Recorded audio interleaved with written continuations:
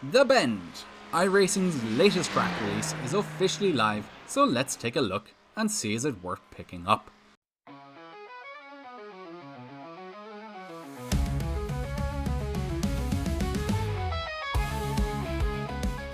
The Bend Motorsport Park is located in South Australia, about 100 kilometres southeast of Adelaide. The track was officially opened in 2018 by the Peregrine Corporation, and the track was built on the former Mitsubishi test facility. The Bend was designed to be a world-class motorsport complex accommodating a wide range of racing disciplines from grassroots to international level motorsport.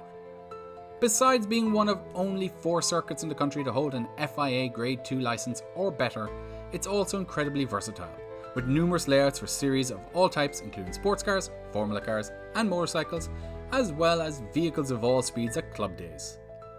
The track boasts numerous possible configurations, including the second longest permanent track in the world, just behind the Nürburgring Nordschleife. The international circuit was used to host supercars, GT World Challenge Australia and superbikes, to name a few. The track also hosts drift and drag events periodically. In iRacing, the track features 7 possible configurations, from smaller short circuits such as the East and West circuits to the approximately 5 km long international circuit and the 7.77 km GT circuit. The GT circuit will be the most challenging to learn due to its length and complexity. It has a total of 35 corners, with everything from fast long sweeping corners, tight twisty sections, blind corners and undulating sections where the car feels planted to the track. Just be careful of some of these really high curbs. Due to the nature of many courses stitched together, there seems to be sections where it feels like a big fast track meshed with a smaller technical track, at least where the GT circuit is concerned. As the track is pretty new, the iRacing version does tend to look a little sparse in sections, with open grass areas with very little grandstands and buildings surrounding the track. The track also has no night lighting on any of the configurations, therefore it may see limited nighttime running.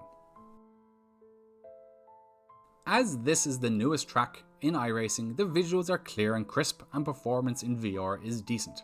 I personally saw no issues with frame drops or stuttering in VR, no issues with pop-in or other visual issues around the track itself. Due to the nature of the track, as mentioned previously, the track is sparse on details outside of the track itself, and can feel a little like you're racing in the middle of nowhere. This is compounded when trying to learn the track, as trackside visual clues are less, and thus finding braking points becomes more difficult. Season 3 of 2025 is set to see the first implementation of the Bend into the schedule. It is currently slated for 12 weeks of participation across all series. Some of these series include the BMW Power Challenge, the Ferrari 296 Challenge, GT4 Falcon Tire Challenge, Mission Or, Production Car, Production Endurance Challenge, Rainmaster, various GT series such as Sprint and Endurance Series, the Advanced Mazda Series, IMSA, LMP3, Sports Car and Supercars. The track is a strange mix of smaller tight tracks and a bigger GT style track, but with that comes the ability to offer multiple configurations to allow for lots of different series to go racing here. What it is like to race, apart from the few races we saw in week 13, is still yet to be seen, but there seems to be plenty of places to get alongside to try and make a move. There is plenty of opportunities to force drivers into mistakes due to the lack of visual references on the side of the track, and the longest configuration will offer a challenge to learn and to get up to full racing speed.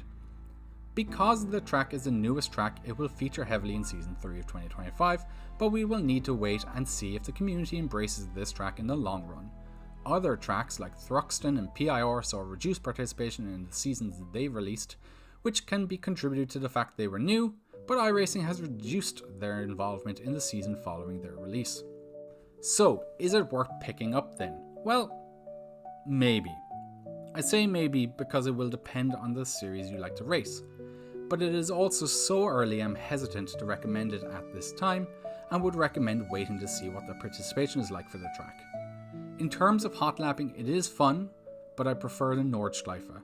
If you want a long, fast track that has technical sections, I would recommend the Nordschleife over this. But that is just my opinion, guys. What is yours? Let me know in the comments down below. Have you already picked this track up? Are you enjoying it?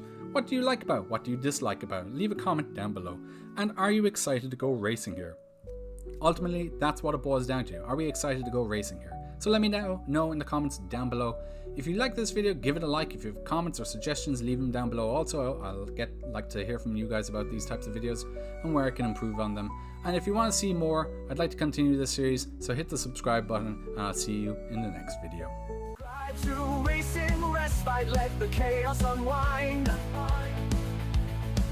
A sanctuary of silence where your soul realigns. It's that button, feel the call, let the world drift away. Racing respite's calling, join the escape. It's today.